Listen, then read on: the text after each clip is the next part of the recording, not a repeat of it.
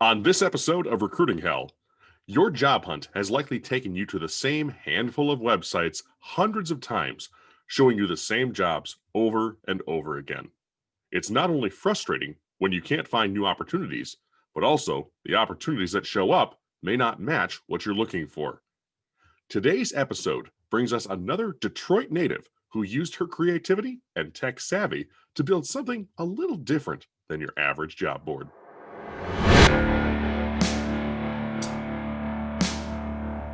Hello and welcome to Recruiting Hell. I'm your host, Rob Conlon. As we continue our march into 2021, I am continually blown away by the listenership this show continues to get and would like to welcome our first listener from the African continent, bringing Recruiting Hell to a truly worldwide podcast. Now, if you're an Antarctic researcher and you're listening right now and you're sick of clubbing baby seals on the way to the bathroom, feel free to let me know if you've tuned in and we'll help you maybe find a new position and see if we can go 7 for 7 on those continents on the planet.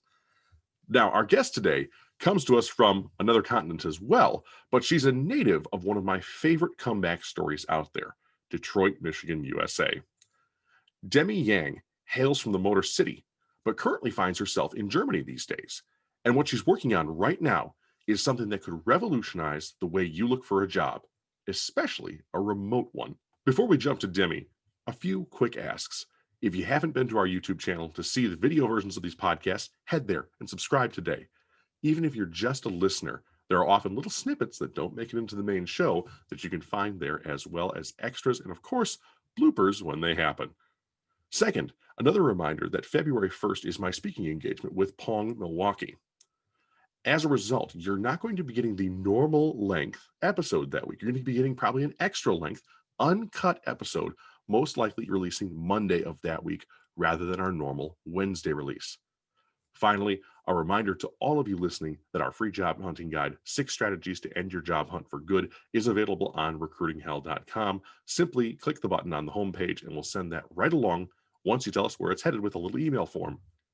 That's it for the opening. Let's get to today's guest. She's developing a revolutionary platform to help the world get back to work remotely.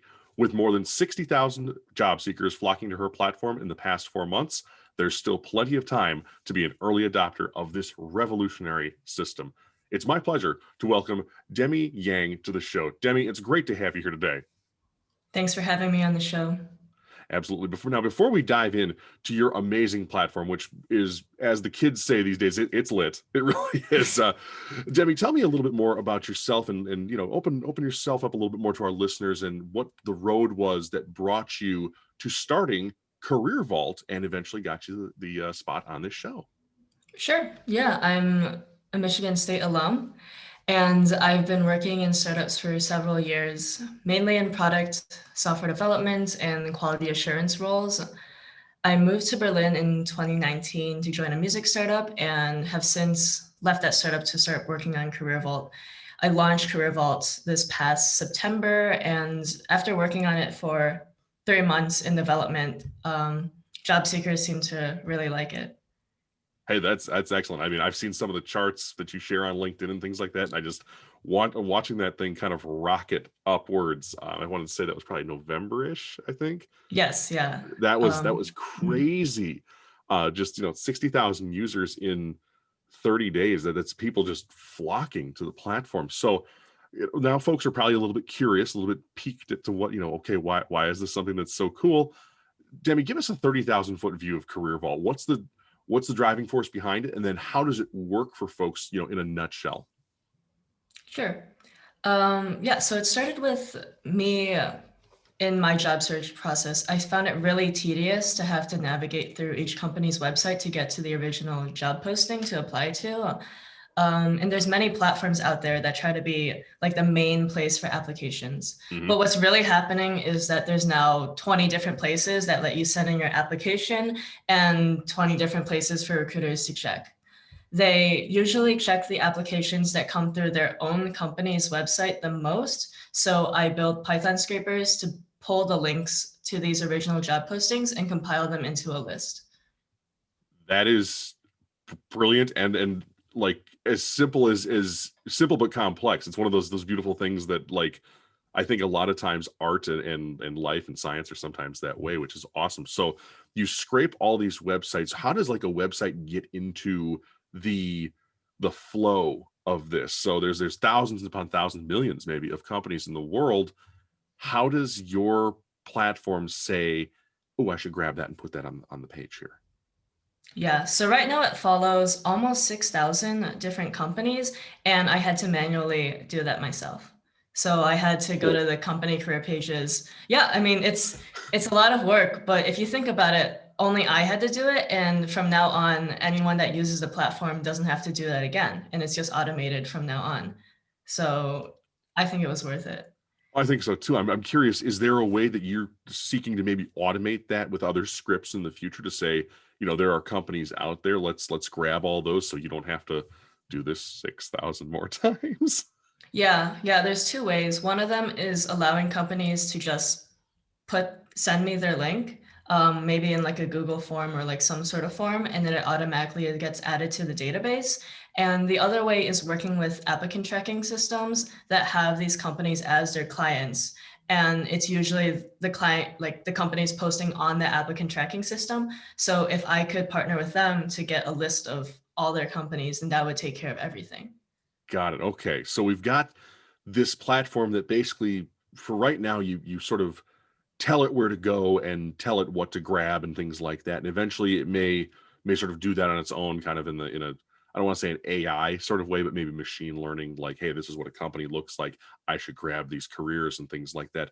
So I went to your website, Demi, and I saw, of course, you're hiring for a an SQL developer, I think, if I saw that correctly. Full stack Full developer. stack, that Yeah. was it. Right. Mhm. Wrong I'm not a programmer. So, but I saw that like you had one promoted job there because obviously it's your site. You want to, grow your business. But what makes a job appear like at the top of the list there on the front page for somebody to go look at and say, hey, that might be a fit for me? Yeah, so in the front page, I mean, the front page shows all jobs. So as long as a recruiter posts two jobs on their company's website, it Mhm. shows up on CareerVault. It's automatic, it's simple. If the company wants the job to stick to the front page, then they can pay to feature it. Okay. So then in that case, there's sort of the two sections. Obviously, you posted yours as kind of the sample there, and there could be others that are underneath it. But then everything else, is that just sort of like in line, like it's the most recent job and it goes to the top and then it kind of moves on down from there, or are those Yes. curated? Oh, really? Oh, Okay. yeah, no, yeah. So under the featured jobs, it's just by time. Okay, so that's complete. Mhm. I would say aside from, if people want to pay to feature it, that's fine. But for everything else that where the companies maybe either don't know about your platform, haven't used your platform, I feel like that's a very fair, very kind of democratic way to distribute those. And the interesting thing about all of the jobs on your platform is that they're all remote, correct? Yeah. So why? Why I guess what the question I have is like there are so many other positions out there that folks could be doing that are in person and maybe use the same thing, but why focus on remote work? That's a good point. So there was a point when I was looking for primarily remote jobs, Sure. and I noticed that the popular remote job boards out there didn't have that many jobs on them, which is ridiculous. Right. The good ones would have around 10 to 20 new postings per day, but when you're serving hundreds of thousands to millions of job seekers per month, that's just not enough. If you're in software development, which is what most of the postings are for, you'll see jobs all the time for you. But if you're in anything else, you might only see one fitting job per week. I thought CareerVault could excel in the remote niche because we show 10 times, well, not 10 times, over 10 times, so almost 20 times more remote jobs than competitors. There's so many active remote openings that when people first go on the platform, a lot of them can find the perfect job for them immediately. Which is pretty cool. And I want to definitely make sure that our listeners are realizing that you mentioned like a lot of career sites that do remote work specialize in kind of the computer science or the IT side of things, whereas I've seen all sorts of jobs on your website. I mean, I've seen like sales jobs, I've seen marketing jobs, I've seen all these things that are there. And like you said, it's 10 to 20 times more than your average, uh, I guess, board, if you will. And then, was looking at that the other day, and I want to say it was like, oh, we've posted 324 new jobs so far today.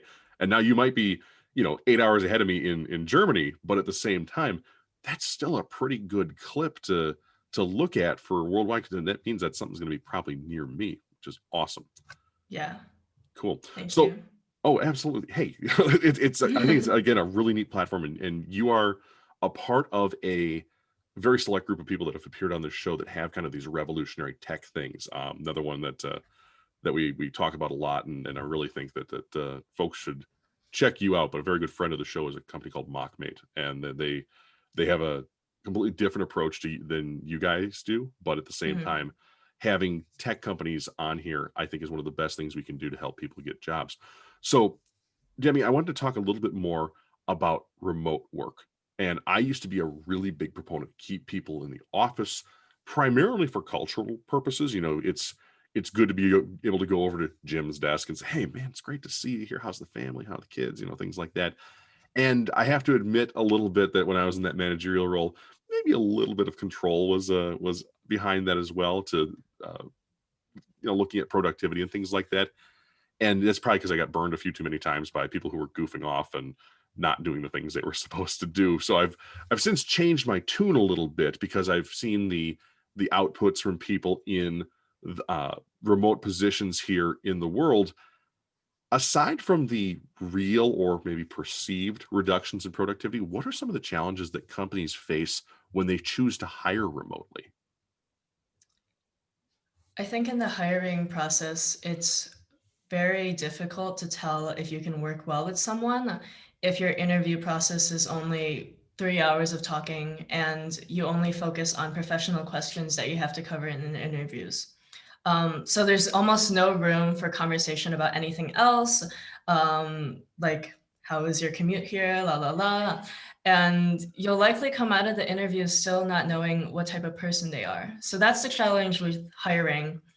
In day-to-day work, it's really hard to have everyone feel like a team.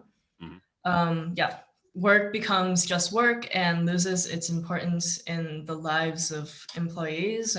But I kind of support that because I think people need to have more work-life balance, and I mean an emphasis on the life part. Definitely. And that's one of the key points of this show is we believe that people are worth more than their work, which is, that folks sometimes focus so heavily in on, I'm a this, I'm a that, and that is what gives me value to society. And that, I really think that attitude needs to change. So that's I really like that approach, Demi, that you said work becomes just kind of a thing you do for the day, and then you pack it away and kind of put it away. What can companies and I guess employees or new hires do to kind of maybe still build a little bit of that culture in there, to say, hey, yeah, we all work remotely and we kind of all shut the doors at the end of the day, but how can employees work to help build company cultures when maybe it's a little bit more difficult to do so? I think that being on top of messaging is really important. Companies need to create a culture where messaging is stronger, and I believe there's less reliance on video calls.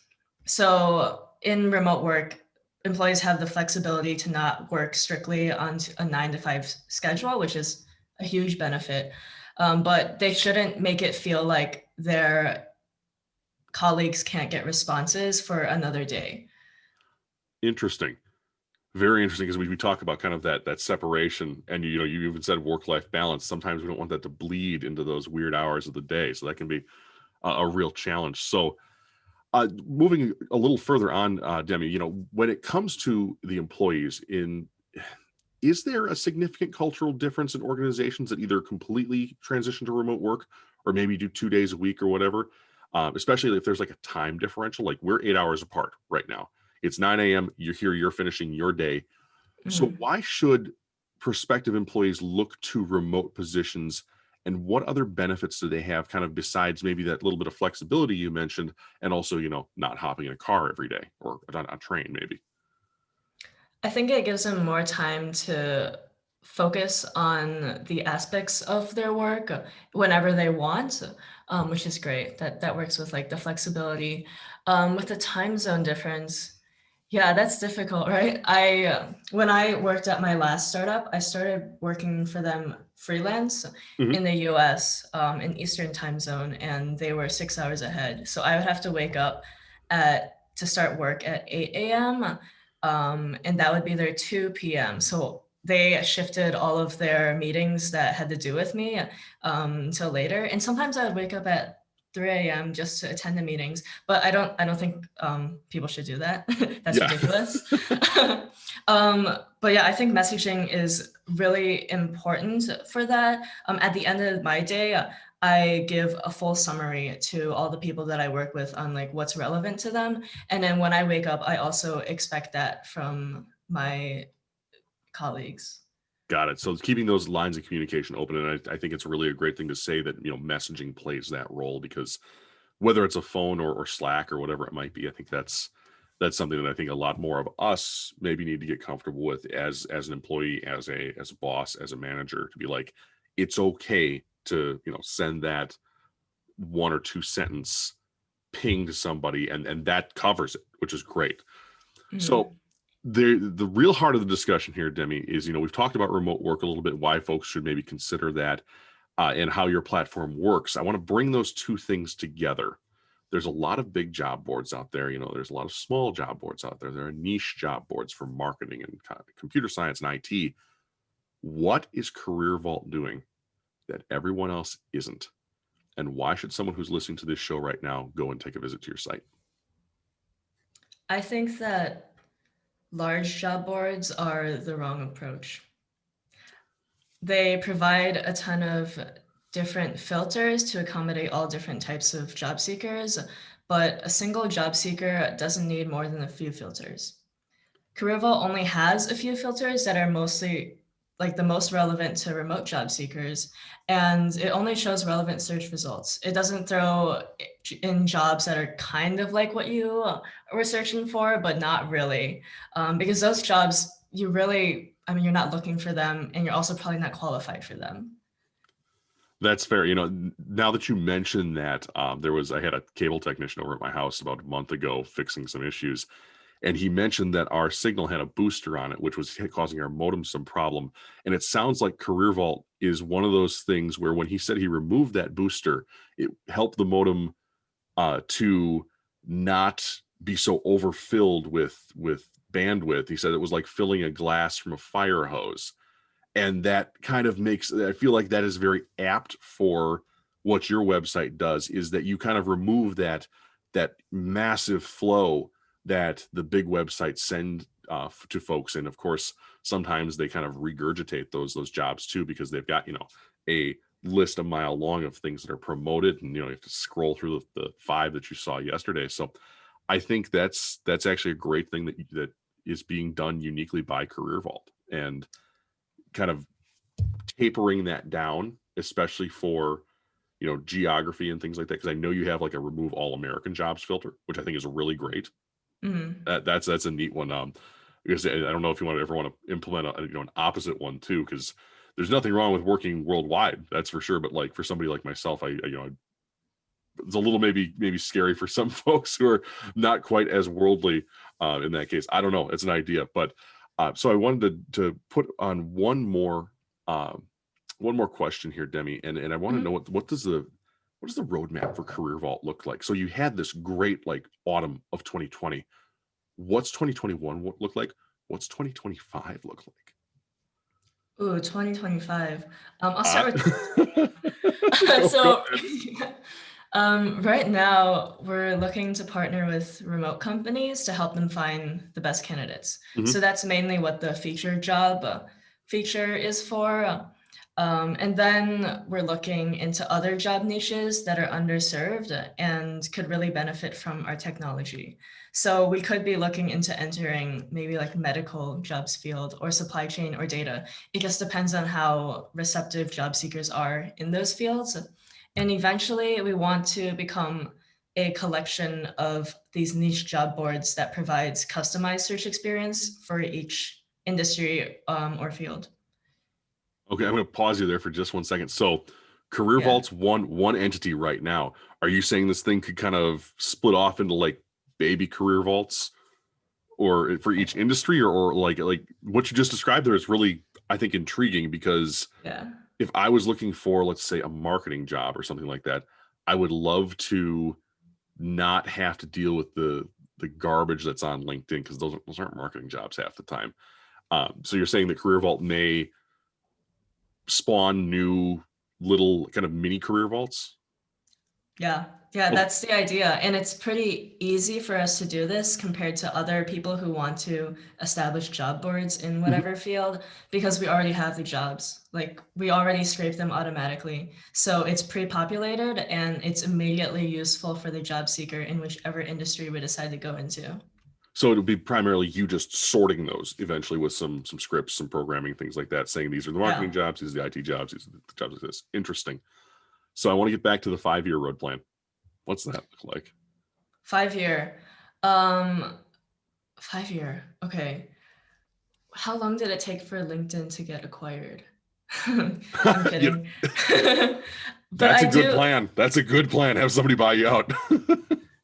uh, I mean, okay, acquisition is not what I'm really looking for, No. but I do think that CareerVault can be a better alternative to like the big job boards in the industry. So like LinkedIn, like Indeed, because we are able to serve all different types of job seekers with this crazy idea I just presented, but also give them like a different experience than what they're experiencing with these job boards right now. Well, definitely. And as somebody who's gone through LinkedIn, and not necessarily LinkedIn, but they're kind of the lowest on my list of like frustration, but like Indeed, Monster, Career Builder. I'm sure they're all wonderful people who work at those companies, but man, I just, when you're looking for jobs, I get so sick of going to Indeed every day, because it's the same stuff and the same positions and the same companies that are always hiring, and looking for stuff that's fresher, which I believe that your platform can get for folks, especially in the remote space, because of course, it just moves down, uh, because new stuff is introduced every day. I think that's great. So, Demi, we're almost done here with my questions, but it's the time of the show when I turn things around a little bit. I'm not necessarily giving up hosting, but what didn't I ask you about Career Vault today that people should know, and maybe why should people maybe go and use and visit that? Um, So I want to emphasize that CareerVault is completely free for job seekers and always will be. Our main goal is to Wow, gain awareness, get as many people on the platforms, and get as many people hired.